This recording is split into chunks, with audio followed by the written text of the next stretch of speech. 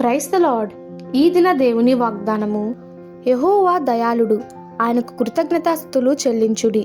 కీర్తన గ్రంథము 106వ కీర్తన 1వ వచనము. ఇందులో దయాళుడు అన్నది మూల భాషలో మంచివాడు అని చెప్పబడి ఉన్నది.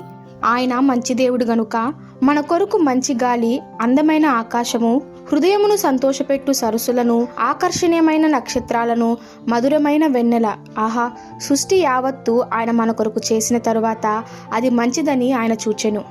మంచివానిగా త్యాగము చేయుటకు ముందుకు వచ్చెను. గెత్సెమనే తోటలోను బంధింపబడిన స్థితిలో మంచి కార్యము చేసెను.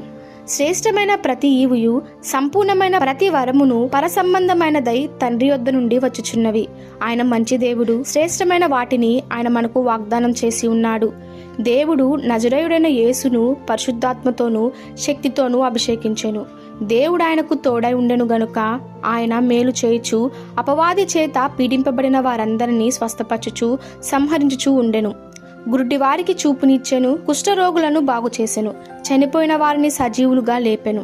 దేవుని ఇంట నిలిచి ఉందుము అన్న నిరీక్షణ ఇచ్చుచున్నాడు ఆ మంచి దేవుడు.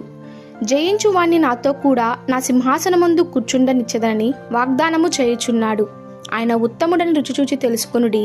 ఆయనను ఆశ్రయించు నరుడు ధన్యుడు. యెహోవా ఉత్తముడును యథార్థవంతుడై ఉన్నాడు గనుక తన మార్గమును గురించి ఆయన పాపులకు ఉద్దేశించెను.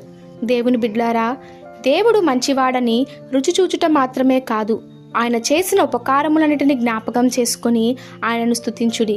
ఆయన కృప నిరంతరముండునుగాక. ఈ దిన దేవుని వాగ్దానము మనందరి జీవితంలో నెరవేరలాగున ప్రభు కృప మనకి తోడై ఉండునుగాక. ఆమెన్. God bless you.